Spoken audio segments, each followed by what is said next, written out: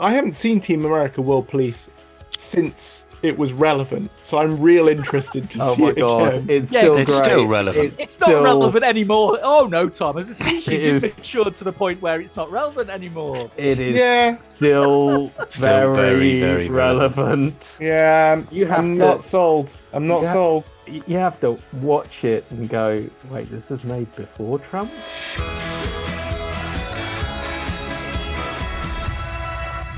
Hello and welcome to the AV Forums 4K and Blu-ray podcast for May. Tonight I'm joined by Mark Costello, Evening all. Simon Crust, I don't need a wee. and Tom Davies. Watcher. For our May 4K and Blu-ray podcast, we're going to look at our top 10 list of recommended discs for the month and then deep dive into our topic of the month. Are there too many 4K releases? But first, some competitions. Win the new Project T2 Super Phono Table worth $5.99 courtesy of Peter Sison and Henley Audio. This competition ends at midnight on the 2nd of June 2024. Previous winners: J. Rule won a set of KEF LSX2 LT wireless hi-fi speakers worth $8.99. Nice. New patrons: Arthur Yarwood, Leon Rod, and Donard Leonard. Thank you for joining, and bought us a coffee, Reaper Man 666, beer bottles, George Van, and someone. Thank you for buying us coffee. There was a Thank lot you of very very much. there was a lot of blurb about that Project Phono turntable that you didn't go into just then, Kaz. There's Read a lot the of review. details that you could have given people. Read the review. Best discs of May 2024. Mark, tell us, what was your favorite number one pick for your top 10 Blu-rays of It May was 2024? It was a very strange film, and one that I'm kicking myself that I'd never even heard of before. I'd never heard of it. Considering it starred River Phoenix and Lily Taylor, this was an absolute delight. I mean, I'm lucky enough that I watch a lot of discs every month. A lot of them are a bit, I will come on to this, but this was just, it was one of those films that just makes you really glad that you've seen it. It was a film ostensibly set on the eve of Vietnam, 1963. Typical sort of rom-com setup. 4 Marines go out for a night to try and find the ugliest woman they can pick up, bring her back to a bar, and everyone laughs at her. River Phoenix picks Lily Taylor, comes back, feels bad, and before you know it, traditional rom-com shenanigans take place. But it's so much more than that. There's a real sense of melancholy, a real sense of, like when you watch Once Upon a Time in Hollywood, you got that almost wistful what if about the whole thing. What if this was our reality instead of the reality that we got? It was the same sense of that throughout this. What if the Vietnam War had only lasted the 3 months people thought it was going to, instead of the near decade it did? What if it didn't ruin all those lives in such the way that it did? And it was just absolutely beautiful. I mean, it's got an absolute rubbish title, which is probably why I'd never seen it before. I mean, Dogfight. Yeah, it doesn't really speak towards what it's about. But honestly, it was such a pleasant surprise, and it was on a great disc from Criterion, and I would just urge anyone to go and see it. It was lovely. Nice. That was your number one and your pick of the month, which, strangely enough, are not always the same thing. Not always Nope. the same. I just like to mess with you. Yeah, clearly. In our top 10 list of 4K discs, we have, and I'm going to just run through these, Crimson Peak, number 10, which got an overall 7 out of 10. That's from Arrow. And yes. Yes. Is it his weakest film? Yeah, on this? Probably. Up there with Shape of Water. Very pretty, but No, I like Shape of Water more. so maybe. Yeah, it's got fish in it. It's got Doug Jones in it. That's enough. And water. The Dreamers on 4K. I gave this an overall 8 out of 10. I did find it dangerously close to pretentious. This is a lot of people wandering around naked in it that only worked to a point. I know, Mark, you're chastising me for daring to say that, but yeah, it didn't work. Oops. It didn't work for me now. Maybe if I'd have watched it as a student and rewatched it now, I'd have been like, oh, this is great. But I found it a little bit. You're allowed, Kaz. You're allowed. I'm allowed to to feel that way about a film. It's okay. It's okay. This is a safe space. Source code. It's been out in the US for like years. They did Arrow did a remaster, which looks good, but I don't think that the US release had that many complaints about it. I don't have the US disc. It looks good for the most part, and it was fun to rewatch. I did like it. I'm not sure I would ever go jumping up and down about it being something that I have to have. But I enjoyed rewatching it. You enjoyed Train to Busan, Mark. Superb zombie film. One of them. Absolutely, one of the best. Absolutely superb. Rollicking thrill ride with hearts and smarts, all good. Superb 2K upscale. One for the naysayers here who goes, oh, if it's fake 4K, it's a load of rubbish. Bullshit. Watch this. It's amazing. However, don't watch this. Don't buy this disc. This and its sequel. Don't buy it. Studiocanal are fleecing you. They want 23 quid for each film when you can go and buy the US double pack with all the same stuff for 33 quid. Do that instead. Oh Rando. my Lord, Or just buy the first film and forget that last one because it's pants. You could just buy the first film and it'd probably work out cheaper. And also, we're hoping to run probably a competition for these. Don't enter. Don't bother. We love you, Studiocanal. The Long Good Friday.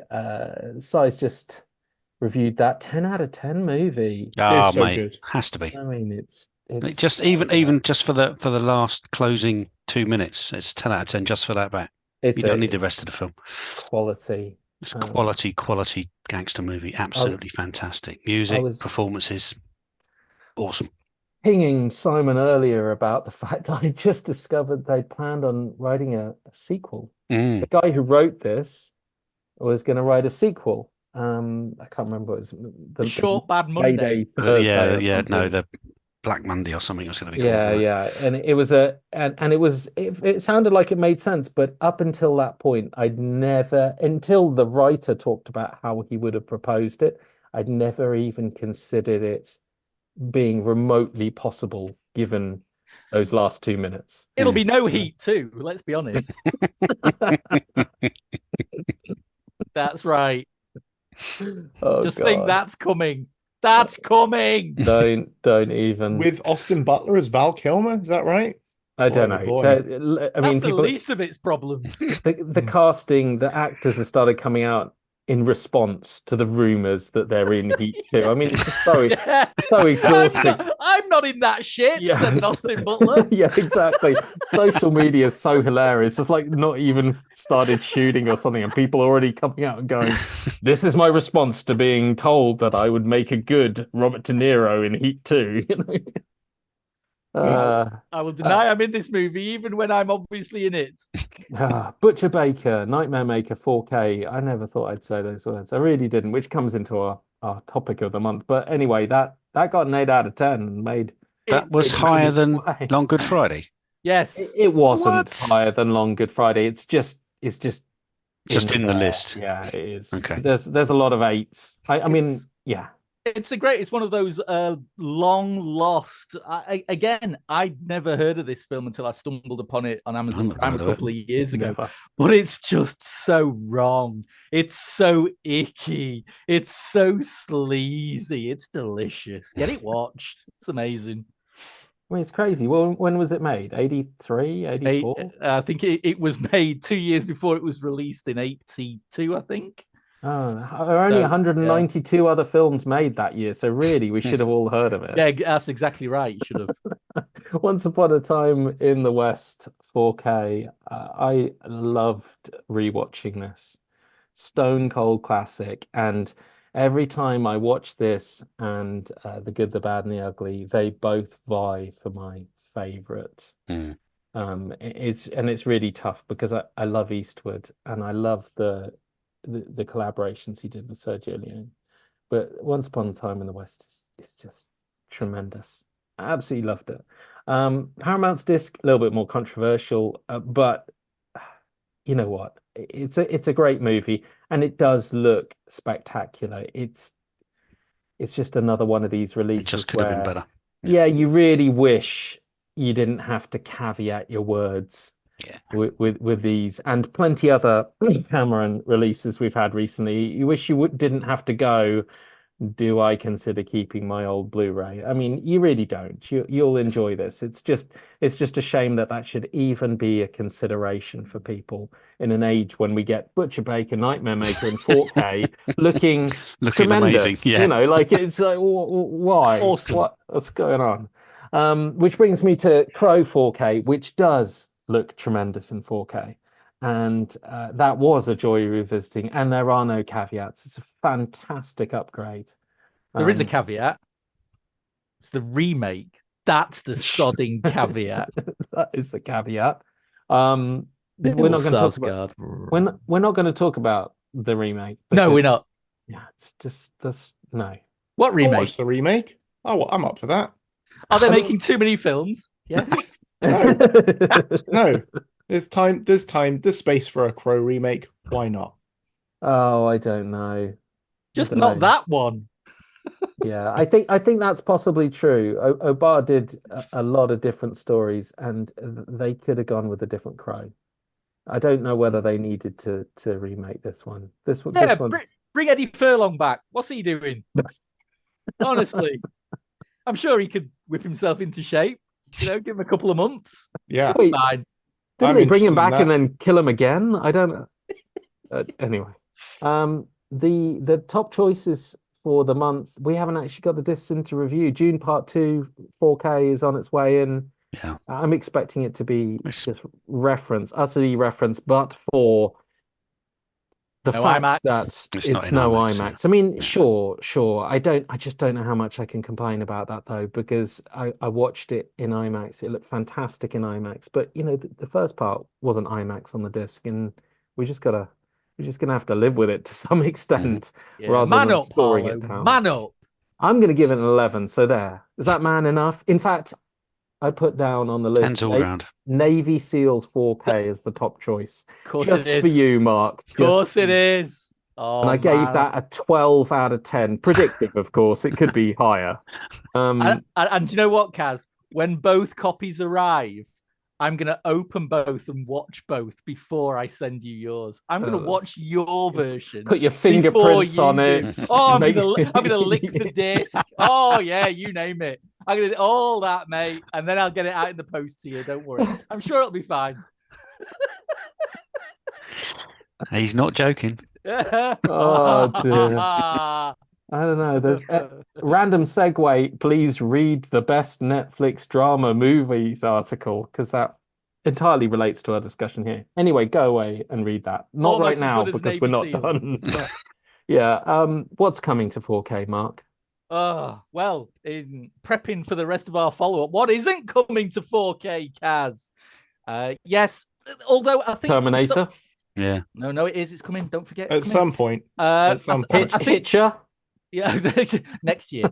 Next year. Is it next year? Well, no, Wild bunch. I reckon they're saving it for October. But anyway, I digress. After a good few months where we've got huge amounts of announcements, they're starting to thin out a bit. I think the labels are starting to prepare for the summer lull. So not as many announcements as we normally get. So starting over in the US, smattering of cinema classics are coming. The Last Emperor from Criterion. I mean, what they've been doing for the last couple of years. Arrow did it a year ago. That's coming on August 13th. We've got a couple of Albert Brooks deadpan dramedies coming, Real Life and Mother, at the end of August. Whereas Sony, in an interesting move, are releasing Orson Welles' The Lady from Shanghai. Ooh, I'd have had that nailed on for a Classics Collection Volume 5 inclusion, but there you have it. That's coming on July 23rd. And some other major studio releases are coming. We've got Nightmare on Elm Street, the original Purple Rain and Twister from Warner Brothers. We've got The General's Daughter, Election, and most importantly, the SpongeBob SquarePants movie from Paramount. And newer films such as Godzilla X Kong, The Ministry of Ungentlemanly Warfare and Alex Garland's Civil War are all coming before the middle of July. However, most interesting in the States is Kino Lorber's announcement of the 4K of Don Siegel's original Invasion of the Body Snatchers. Oh. Now, that's on June 25th. And don't forget, we've had so many piss poor home releases of this because we've been told the camera negative and the source materials are in such poor state. So God knows what this 4K is going to look like, but I'm sure we'll all buy it with bated breath. Release delayed. Who knows? But there's some good international announcements coming as well. So Ted Kotchoff's amazing Ozploitation classic Waking Fright is coming from Umbrella, and the minor EMI, Elstree Jam, and soon The Darkness is on its way from German label Camera Obscura. So bringing it back home to Blighty, Second Sight have announced A Bittersweet Life on the 22nd of July. Paramount UK are bringing us Puppetsploitationer. I'm coining that term. That's mine. Team America World Police at the end of June, and Dev Patel's Monkey Man on the 8th of July. Whereas finally, Arrow and 88 Films have been very quiet on the announcement front, with just Guy Ritchie's Man from U.N.C.L.E. from the former, and as typical for them, a smattering of Hong Kong fight flicks from the latter, Fist of Legend and To Kill with Intrigue.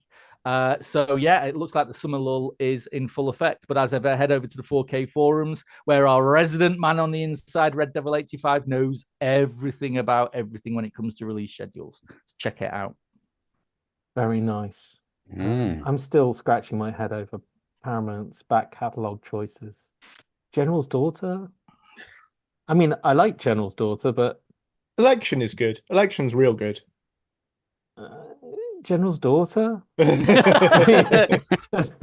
burying the lead, though. They're giving us Team America World Police, though. In the UK, that's tremendous news. I haven't seen Team America World Police since it was relevant, so I'm real interested to see it again. It's still great. Still relevant. It's not relevant anymore. Oh no, Tom, as a species, you've matured to the point where it's not relevant anymore. It is still very, very relevant. Yeah, I'm not sold. I'm not sold. You have to watch it and go, wait, this was made before Trump?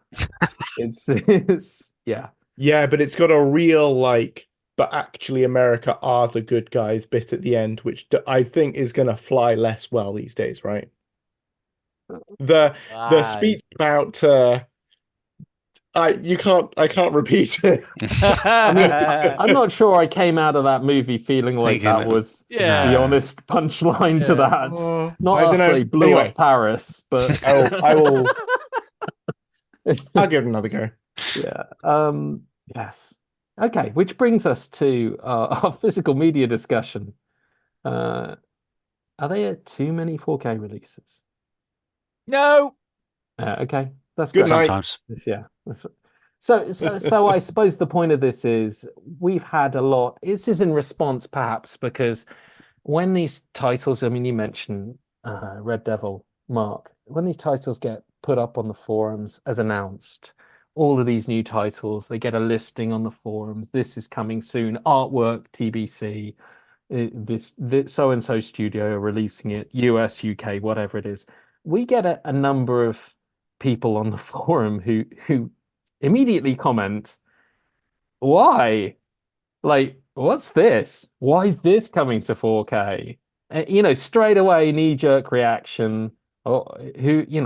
And looking at the list, I can almost see the reaction. I mean, but for the fact that it's entirely unnecessary. But a lot of niche horrors have come out. Very strange stuff. Severin's launched in with this Butcher Baker Nightmare Maker. Not heard of it. I'd not heard of Bad Biology. I'd not heard of Nightmares in a Damaged Brain. 88 is doing more traditional classic horror, but still, I'd not heard of Blade in the Dark. I'd heard of Blood on Satan's Claw, obviously Witchfighter General and Amityville Horror, but still, that's a lot. And Arrow's given us Basket Case and City of the Living Dead, and no way did I not assume City of the Living Dead was part of the other sort of Day of the Dead, Night of the Living Dead, something dead. What? And I'm reading your review and I'm going, wait, what? So there's a lot of very niche stuff that's coming out on 4K. So I can see the idea that there's maybe too many. And And I think that it really, for me, it just shows how it just shows the legs in the format. In a format which a few podcasts ago, and by a few podcasts ago, I mean 2 or 3 years ago, our conversation would have been, this is the final format. Is 4K going to survive? Is it down to, stop making players? Are they going to keep the releases have dried up? Do you remember COVID time releases? We were checking the releases. There weren't many big releases coming out. There wasn't much coming out. All of a sudden, these are just from this year, like 10 niche horror titles on 4K this year. I mean, but the people who buy 4K discs are niche people, they still sell model trains. And that business is going fine. And like 4K I like is model not trains. that far away from, in terms of like a niche interest, being honest. Like, this is not what people are like, Joe Public is not obsessing over 4K release dates. Like, No. we are, but we are a niche people. And so niche titles for a niche people, that makes sense. Very, very true, Tom. And I think what's interesting about that list you said there, Kaz, Nightmares in a Damaged Brain, Blade in the Dark, Basket Case, City of the Living Dead, even Alligator. This isn't their first time round the physical media rodeo. These films have got legs on DVD, multiple releases on Blu-ray. You could almost argue that these are the sure things. These small niche titles are, in essence, the sure things of the current, as Tom said, niche market. It's really interesting because you're right. To a casual fan, those films are what? But there's got to be a reason why Arrow are, God damn it, they're releasing Dario Argento films 3, 4, 5, 6 times. These teeny tiny Italian horror films, are on their third go round, and still people are buying them. So I think that what we're looking at now isn't necessarily some glorious explosion of niche titles. I think what we are seeing labels and boutiques mining their back catalogue of titles they've already got access to. They've got the licenses to these, and that's and not just that, but recognizing like our market is the people who like this stuff. The people who want to see these like things restored and looking the best. Are the people who like the cult stuff, the people who like the stuff that's more out there. They want to see the grimy shit they watched as a teenager, like looking as good as it can look. And they're right. And so the people who are buying it are buying it. All of these. But isn't that also weird that all of these titles are getting? I mean, I'm generalizing, but pretty much all of these that I'm reading on this list have been reviewed pretty favorably on the video front. They've all been handled pretty well, considering at least a few of them came from pretty shoddy sources. How are we getting lovely, gorgeous, limited edition, restored, remastered 4K releases for these? And the bigger hits are let's say more controversial. It's what Tom said. It's the audience. The audience is different. The audience who wants to see these grotsploitationers wants to see them looking as grotty as they did on the 42nd Street Grindhouse or on that shitty VHS they first saw. But they're not as grotty as that, are they? They're Texas. Are. Some of them are. Oh, yeah, some of them are. But aren't they like Texas Chainsaw Massacre, like a proper 4K remaster that honors that vision? But it's not grotty like the way I watched T2 on really bad VHS back in the day. No, it's not. But at the end of the day, it's back to those film fans, the people who want to see this, want to see the film as it was. They want to see it the best. The people who are getting the mass market audience for the James Cameron films, shall we say, the more controversial releases. They don't care. Don't care. They want it looking clean, shiny, nice, new. And you say that, but wouldn't they just get it on digital? Wouldn't the mass market not even have a 4K player? Well, not necessarily, because I think we're in danger of talking about two ends of the extreme here. The disc buyers who only buy disc, and streaming is, the spawn of Satan. And we have streamers who wouldn't even dream of getting their ass off the couch to put a disc in a tray. The reality is there is a whole sort of gradient in between. There are people who will buy their favorite films on disc and yet quite happily go and sit in front of Netflix dross and drop £3 on an iTunes purchase. So I think I think this is what's Which interesting. Is us. Well, you say this, but I think that this is where the market is going.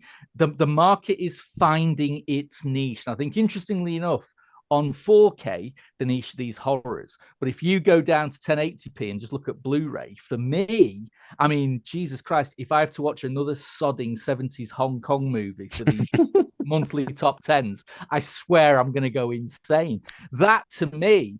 It's funny you should say that, because I went to the post today. I bet you did, you swine. But so now don't get me wrong. I have, the Shorescape box set up there, and I do love a good 70s Hong Kong movie. But my God, there's new ones coming out every week. And, that's not my jam. I didn't grow up watching these films, so I don't have any history with them. But to me, that's the side of the market which baffles me. And that's the what. So while you look at that, Kaz, and look at that horror list and go, that baffles me. I don't know whether this doesn't baffle me. This makes me rejoice. If it does anything for me, it makes me a little bit annoyed that there aren't more Seagal films on 4K. Yeah, you're right. The more they branch out into like your weird kid obsession, the better they're gonna do.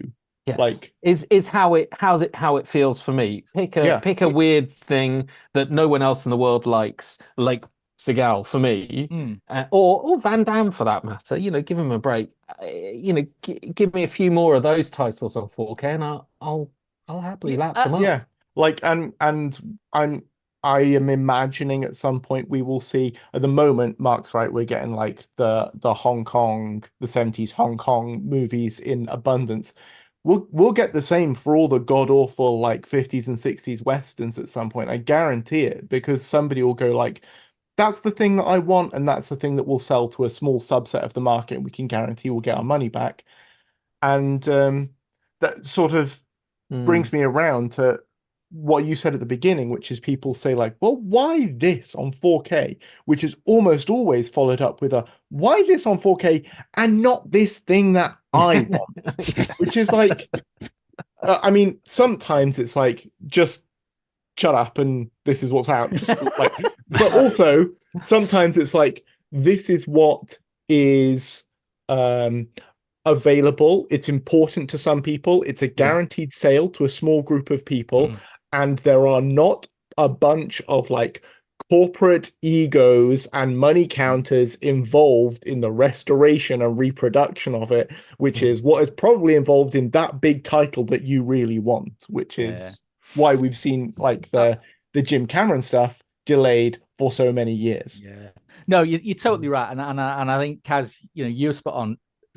When it comes to the discs, 99 times out of 100, you can't have too much of this niche stuff. You just can't. However, there is always that nagging doubt, though. We keep hearing this a lot. There is not an endless replication supply. There is only so much replication capacity that we are hearing.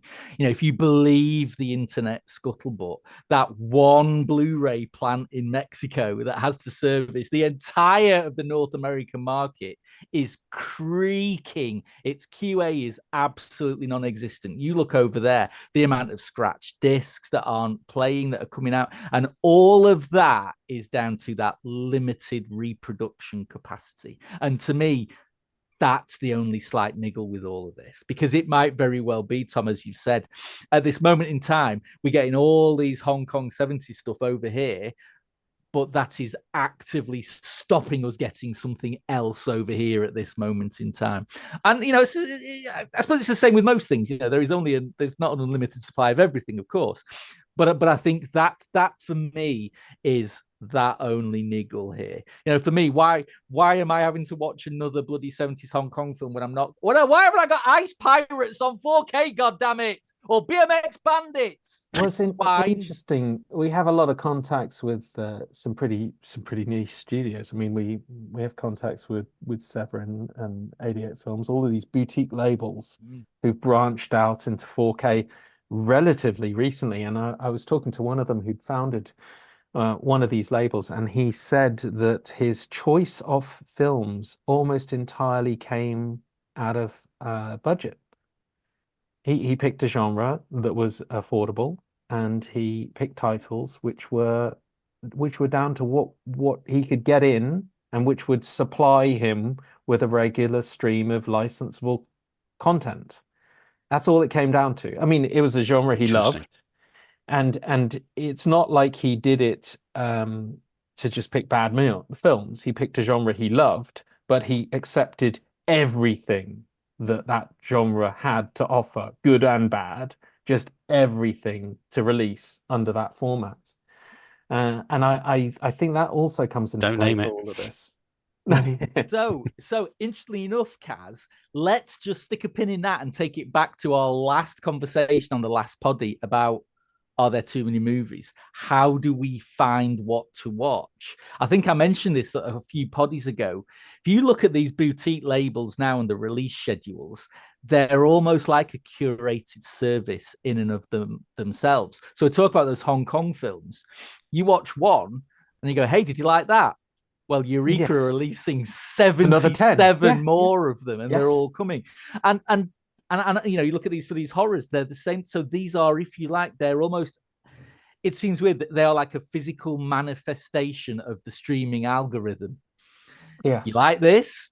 There'll be another one along. There'll be another one. And another one along soon. Interesting. You were talking about Blu-rays favoring Hong Kong movies. We've got Eureka, their latest 4K is called The Valiant Ones. And for some reason, I thought it was a war movie. I'd never heard of it before. I just had it down as a war movie. Western, no, it's a 1975 Wuxia film, Wuxia classic. Oh, really? So, like, they might be taking their love of 70s martial arts to 4K. Yeah. So, Mark, you get to revisit all of these titles in 4K. Sod off, Harlow. No, I would gladly watch it. But it is interesting. I mean, go back, say, I don't know, 10 years, and I look at what 88 Films did with their collections. They had the slasher collection. You can see them there, those red films there. That is the 88 Films slasher collection. Next to it was the Italian collection. Now, I'd heard of a few of those, so I'd buy them, and I'd spot another one, and I'd buy that. Oh, that was all right. Let's see what else is coming. And suddenly I'd started to buy the collection, even though I'd never heard of the film, didn't know anything about it, but I'd just buy it because it was next to the collection. Some of them are crap, some of them are amazing, some of them are, they're all right. But it was a fantastic way of curating your interest in more of these niche titles. So that to me is where, when we look at all these niche titles, yes, of course, there's a plethora of them, and it looks like they're snowballing. But it's exactly as I think you'd all said, that if you like one, there'll be another one coming along, and then there'll be another one, and there'll be another one, and it acts like that curation service, hooking you into the. You can look at it from a pure business perspective and a pure market perspective. If you like one, you'll like 100. Get your wallets out, kind of thing. But then again, from a film perspective, I had never seen an Italian film until I started to watch all that crap, up there, the 88 Films came to. And now I will hoover any old Italian crap up, quite frankly. Giallo, Polizioteschi, you name it. I'll have them all. Still never seen anything by Fellini. Maybe. While all this is going on with 88 Films, Paramount are releasing The General's Daughter, and next month they're going to announce A Civil Action, and then the month after they're going to go with John Travolta's Basic, and they're just going to go through John Travolta's mid-tier Yeah, but legal soldier dramas, aren't they? That's their niche. And you know what? I'll probably buy them all. Exactly. I know, I'll probably That's buy them the all. point. Yeah, I get it. Yeah. I get it. That's so the annoying point. because I've got them all on Blu-ray. So but bringing this back to the original question, do we think there are too many 4K releases? I think what's interestingly enough, Kaz, we haven't got to the bit in the running order that you mentioned, which is why are all these niche titles getting 4K when there are big Oscar-winning films like Zone of Interest, Iron Claw, not getting a 4K? Anatomy of a Fall. Yeah, there's some big ones. And what is the American Fiction? So again, and I think it comes down to the market. I think the people who will watch those films will quite gladly grab them on streaming. They will not go out and drop 25 quid for them. I'd agree with that. Disc. They're going to wait for them to become known as classics before they risk the physical, like the full physical release for it. Definitely. Yeah, which made the holdovers from Dazzler, a real anomaly, because that was Dazzler's first 4K? Second. Is it their second? They did. Oh, you reviewed it, Simon. I did. Dear Evan Hansen. Yes. No way. What glorious that was. Blimey, Charlie. So I suppose again, but what we've got to look at it is, do we think that those films didn't get a 4K because that replication capacity is too busy churning out all that Severin shit, the 88 film shit? And I think the answer is no. I don't think that's the reason those are not getting a 4K release. I think it's because the audience and the market are completely slightly different. Yeah. Mm. I definitely don't think it's the same audience that require that. But interestingly, I hear the holdovers has done pretty well. So I wonder whether, as a result of that, maybe labels like Dazzler will get more Zone of Interest, Iron Claws. Maybe they'll get more of those. Maybe there'll be room for that because none of the big labels are really thinking about these warranting a release. No, true. So, but again, think about just look at Crimson Peak, the new Crimson Peak release. All right. Yeah. Now, obviously, you've got the big name, you've got the genre, but what you've got is a film that lends itself to the handsome packaging, the luxury, that is a release. And we only got sent the check disc, and I'm half tempted to pick up the full release because the box looks amazing. But that is a film that screams lavish packaging, extras worth dropping 30 quid on. Just not the movie. Film aside. I was going to say, you want a box? I can get you a box. Whereas, the Iron Claw comes out. What's it going to come with? In a box with a pair of soiled undercrackers? No, a box with like a bottle of antidepressants is what you need with the Iron Claw. So I don't want to think about the box for Zone of Interest. So it's almost like it's the type of film, the genre, the filmmaker, the reputation, you name it, all of that goes into, is it worthy of something which someone is going to drop serious coinage on? So I think it's never quite that simple, but I think coming back to it, I think this is just an absolutely raucous time to be a physical media fan. There's so much of it. So the only thing that's annoying me at the moment in time is I think the market's slowly maturing to the point where just prices are creeping up. Yeah. Those two disc sets we used to get are now becoming a one disc set. And remember when we always said, I'd just take the Blu-ray out and charge me £5 less for my 4K. What are the studios doing? They're taking the Blu-ray out and charging £5 more. Yeah, they are. So that's the only thing that's starting to really grate. Studiocanal, you bastards. Interestingly, wow. I would say really going in for Studiocanal. You are not liking them, are you? All because of Peninsula. God damn. 4 featurettes, 8 minutes. Piss off. Oh my god. Honestly. Life is not that bad. But anyway, you sent it me, you swine. Yes. Anyway, I did. Cool wet grass. Cool wet grass. Cool wet grass. Is that your happy place?